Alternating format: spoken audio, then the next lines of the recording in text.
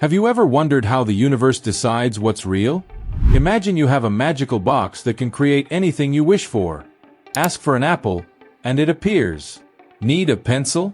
It shows up. Even a unicorn can leap out if you ask for one. Here's the strange twist.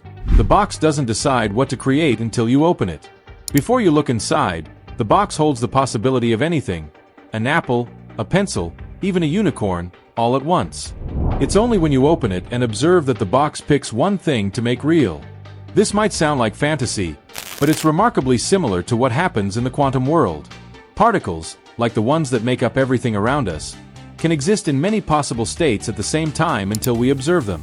The act of observation forces them to collapse into just one state. Today, we're diving into the fascinating realm of quantum mechanics to understand how this strange process works and what it tells us about the universe. How does observation influence reality? Let's unravel the mystery together. Long ago, the ancient Greeks thought the basic elements of nature were things like air, fire, or water. 100 years ago, scientists thought the atom was the smallest building block of everything. But experiments by scientists like Max Planck, Albert Einstein, and Niels Bohr showed that atoms are made of even smaller particles, and these particles behave in strange ways that classical physics couldn't explain. Today, we know that the universe is made up of subatomic particles, like electrons, quarks, and neutrinos. These tiny particles are considered the building blocks of matter. However, quantum theory suggests that even these particles might not be the final story. Instead, it's the interactions of fields and forces in the fabric of space and time that form the true foundation of the universe. Particles are just tiny ripples or excitations in these fields. In the modern view, quantum theory tells us that the universe's most basic structure is made of particles that interact in ways we can't always predict. But this world is not just about particles. It's also about fields, forces, and the nature of space and time itself. For example, the Standard Model of Particle Physics, which describes particles at the smallest scale, tells us that even atoms are made of smaller parts, and each atom consists of a nucleus with protons and neutrons, surrounded by electrons. Atoms are the smallest units of matter that still keep the properties we see in larger objects.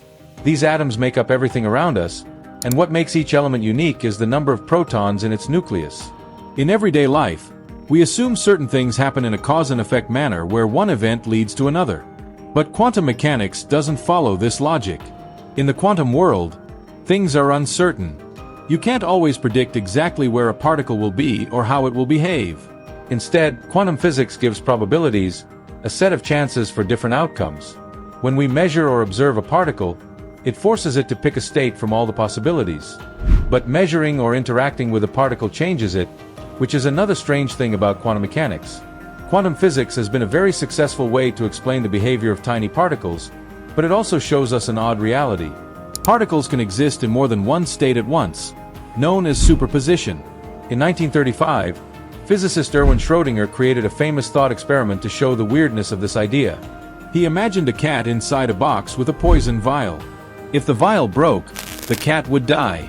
The vial would break if a radioactive atom decayed, but that atom could be both decaying and not decaying at the same time. This means the cat would be both dead and alive until someone opened the box to check. This thought experiment made people realize that quantum effects could apply to bigger objects too, like the cat, not just tiny particles. These kinds of strange situations, where things exist in two states at once, are called Schrödinger's cat states. Scientists are still exploring these ideas to understand how and why we don't see everyday objects in two states at the same time. Quantum physics is full of strange ideas, like the idea that a quantum animal could be both alive and dead at the same time. People ask questions like, why does quantum physics work this way? Or what do the math and equations in quantum physics represent? But the answers to these questions are more about how we think and what we expect from the universe, rather than the true nature of reality. We can only observe certain things in nature, such as particle properties like their position or momentum. But when we ask about the nature of reality, we often expect it to make sense based on our own experiences. However, the universe might be very different from what we expect.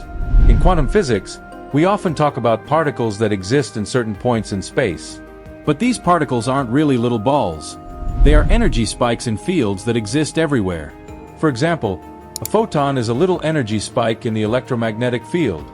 These fields are all around us and even contain virtual particles that pop in and out of existence for short periods. These virtual particles don't have enough energy to be real, but they still exist for a brief moment. Fields are considered more basic than particles because the math behind them works, but we can't observe the fields directly. Any observation we make requires energy, which causes the field to create a particle we can see. That's why we usually talk about particles, since they're what we can observe. Almost every particle has an opposite, called an antiparticle. They have the same mass but opposite charge. However, antimatter is very rare in the universe, and most of the matter we see is made of regular particles. No one really knows why matter is so much more common than antimatter. In the quantum world, particles can behave like waves. Even the idea of what a particle is becomes unclear. For example, if we try to figure out where a particle is, we can't know its speed very accurately. If we measure its speed, we can't know exactly where it is. This is called Heisenberg's uncertainty principle, which says some properties are naturally fuzzy and can't both be measured perfectly at the same time. The surprising thing is that all we need to describe a particle is just a few things: its mass, charge, and spin. With these properties, we can use math to predict how the particle will behave. There are many different ideas about what happens when we observe a particle. Some physicists think that human consciousness is necessary for the wave function to collapse, while others believe the collapse is just an illusion, and that all possible states exist in different parallel universes. This is called the many-worlds interpretation. There's no way to know for sure. What we do know is that science is about asking the right questions and setting up experiments to observe how the universe behaves. The universe follows some strange rules that don't always match what we expect, but those rules are consistent. In physics, we aim to describe what we can observe and measure as clearly as possible. We use quantum theory, where operators act on wave functions, to calculate the likelihood of different outcomes.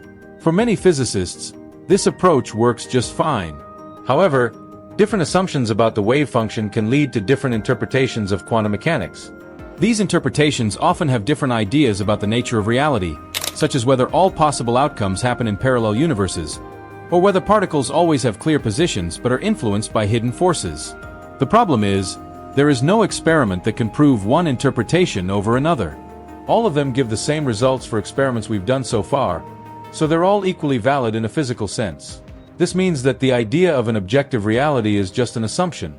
We're so used to thinking reality is objective, but science doesn't aim to confirm our assumptions. It's about discovering what the universe really is, even if it's completely different from what we expect. When it comes to entangled particles like photons, they show random results when measured, but their behavior is linked. Whether these links follow normal rules or not depends on whether they break certain rules, like Bell's inequality. This shows us that reality might not exist separately from our observations. The act of measurement and interaction with the system could be deeply connected to the nature of reality itself. To truly understand the universe, we need experiments that help us choose between different interpretations of quantum mechanics. So far, only those interpretations that assume local realism, the idea that particles are influenced by their surroundings, have been ruled out. Choosing between interpretations is more about personal preference. Experimental results on photon polarization match the predictions made by quantum mechanics, showing that we can't explain their behavior using local real connections between the particles. In science, we don't start with an idea of what reality is and then change our observations to fit it. Instead, theories and models that predict what we see with accuracy and minimal assumptions are the ones that survive. Physics doesn't worry if reality seems strange. The problem arises only when we expect more from the universe than what it gives. There is a strange and amazing reality out there. Until we conduct experiments that teach us more, it's better to accept reality as we can measure it, rather than force our biases on it. Without more experiments, we will only be guessing and philosophizing, not truly understanding. Quantum mechanics is the most accurate and powerful theory we have to describe reality. It has been proven by many experiments and has led to useful technology. However, physicists still disagree about its meaning. Most follow the Copenhagen interpretation, which says we should focus on calculations instead of trying to understand the deeper meaning of quantum mechanics.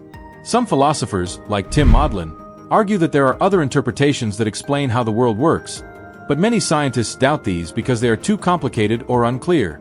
The question of whether consciousness is involved in quantum mechanics is also controversial. Some think quantum effects may influence consciousness, but there's little evidence for this idea. Quantum physics is fascinating because it challenges what we experience in everyday life. Matter behaves as both waves and particles, and we can only predict probabilities instead of certain outcomes. It's one of the strangest discoveries in science, but we can only understand how the universe works by asking questions and listening to its answers. Any additional ideas we add are just our own interpretations. As we've seen, the quantum world is a place where reality defies our everyday logic. It's a mind-bending concept that challenges how we perceive the universe and our role in it. Quantum mechanics reminds us that the universe operates in ways far stranger and more fascinating than we can imagine. It's not just about equations or theories, it's about asking big questions and letting the universe reveal its secrets. Thank you for joining me on this journey into the quantum realm. If this sparked your curiosity, don't forget to like, share, and subscribe for more explorations into the mysteries of science and life.